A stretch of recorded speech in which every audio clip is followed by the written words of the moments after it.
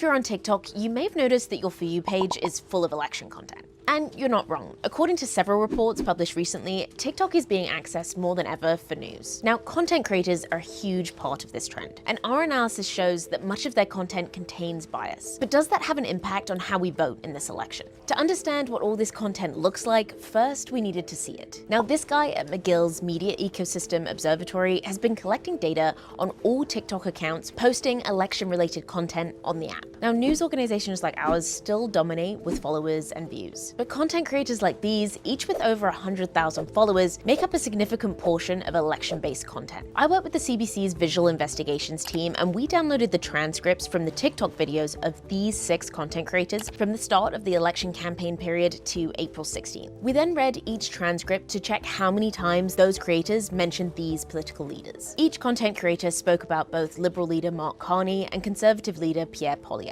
We found that they also didn't speak about NDP leader Jagmeet Singh very often, and many of the videos had multiple mentions of Donald Trump, where they usually referred to Canada's sovereignty or tariffs and the ongoing trade war with the US. And that's been a #1 issue for Canadians using social media in this election, according to survey data. Now, the videos that mentioned these leaders contained a bias for one or the other and varied among creators. This shows how much content creators skewed positively for Carney and Poilievre. This chart shows when they mentioned them neutrally and when they mentioned them negatively.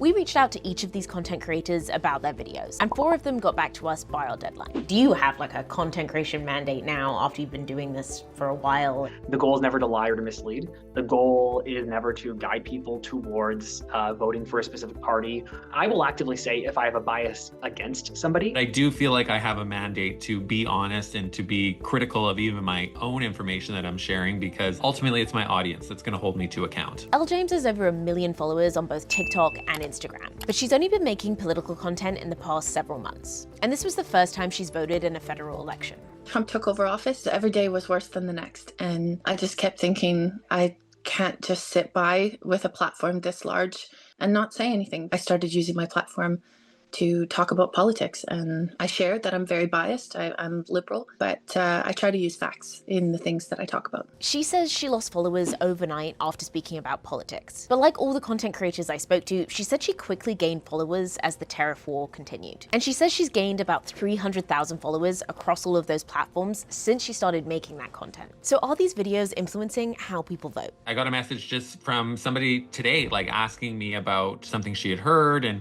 she said she had started following my content, and she, decided she was going to vote a certain way because of my content, but she had heard something and she wasn't sure. And so like every day I get messages like that. So obviously it is resonating with people. In a response via email, Adam Beatty, who goes by I Am Robin Skies on TikTok, told us he hopes his content, which he agrees is in support of Poilievre, is making a difference in people's voting habits. He said, quote, "I hope they realize we need change." Dominic, on the other hand, says he questions that impact. Not just of me, but in terms of content creators as a whole, I feel as though, typically speaking, because of the way that social media algorithms prey on our behaviors. The Media Ecosystem Observatory is also tracking the number of misinformation claims circulating about the election, including the false claim that pencils are not a secure way to vote. Now, one of the content creators we analyzed published videos suggesting people bring pens to vote. The researchers say it's incredibly hard to judge how much of an impact these videos might have on the election as a whole. When you look at comments on these videos, you do see a lot of credulity.